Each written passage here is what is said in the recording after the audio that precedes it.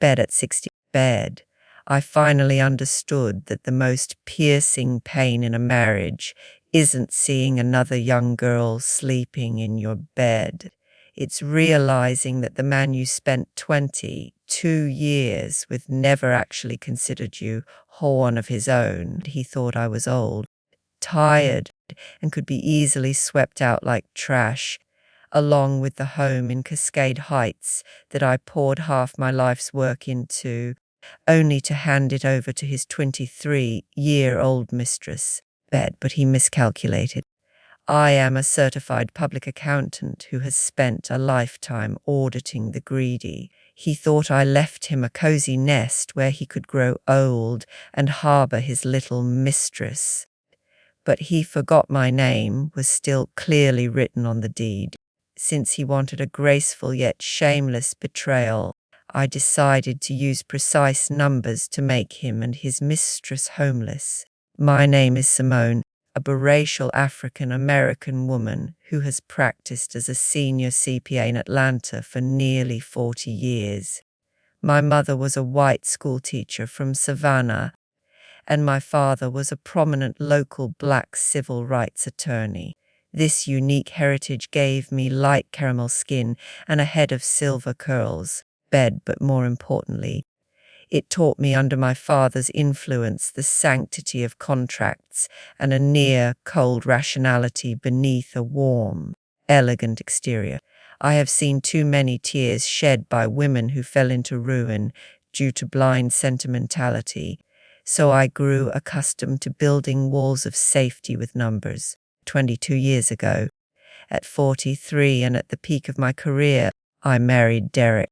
I naively thought I was mature enough to have a love that could withstand the test of time, but time proved that Derek was simply skilled at slowly hiding his selfishness over the long years. It was a typical Thursday morning. The sunlight poured through the blinds onto the oak dining table we had paid off together. Derek sat across from me. He is 63 years old, and he calmly pushed a divorce agreement in front of me, his tone as gentle as if we were discussing where to vacation for the weekend. But his words cut like a knife. He said he had outgrown me. He used that word, as if I were just an old coat he had worn for too long, worn out and out of shape. We married when I was 43, at the peak of my career. We raised Kayla together. She is 22 now. Hearing that flippant verdict of outgrown, I looked at the fine lines around his eyes. Cry. And I didn't even raise my voice. Years of professional training had taught me that emotion is the highest cost, lowest return drain in a negotiation. The self-growth Derek spoke of was actually a 23-year-old girl named Tanya, who happened to be the same age as our daughter Kyla. Derek said Tanya made him feel alive again. I looked at him, but what flashed through my mind was a string of cold. When I was pulling late nights at the firm, counting every penny to pay off our mortgage early, where was his passion? When he was unemployed for an entire year, and I had to cover every single expense and even pay off his car note, where was his energy? But I said nothing at the time.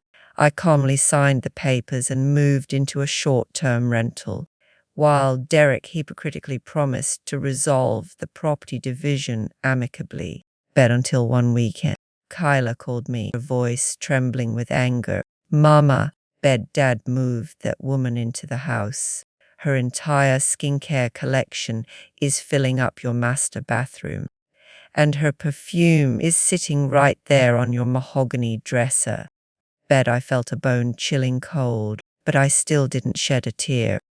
Derek made a highly foolish financial error. He took it for granted that this 4-bedroom estate in Cascade Heights, which carried the blood and sweat of most of my life, was already his personal asset. He thought I was old, that I would quietly step aside like most older women who choose to suffer in silence for the sake of dignity. But he forgot that my name was still clearly written on the deed. Monday morning, I called my attorney and longtime friend, Diane. She has practiced family law for 18 years and is known for her sharp, decisive action. After hearing my story, Diane said in a low voice, Simone, you can file a petition action. You still legally own half of that house. If he refuses to buy out your share at fair market value, we can petition the court to force a sale of the house and make him pack up and leave. What if he can't afford to buy me out? I asked. Then he has to move out, Diane replied.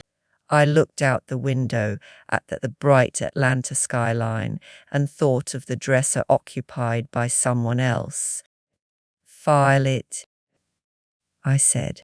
The day after the lawsuit was served, Derek called me in a panic, angrily accusing me of being heartless. I calmly answered, Derek, while my name was still on the deed, you moved another woman into my house. This is not old sentimentality. This is plunder. He tried to stall. His lawyer sent a letter claiming Derek had been the primary breadwinner for the past 3 years, so the division should reflect his 重大贡献, major contribution. This completely erased nearly 20 years of marriage prior, during which I, as a senior partner CPA, carried the absolute lion's share of our finances.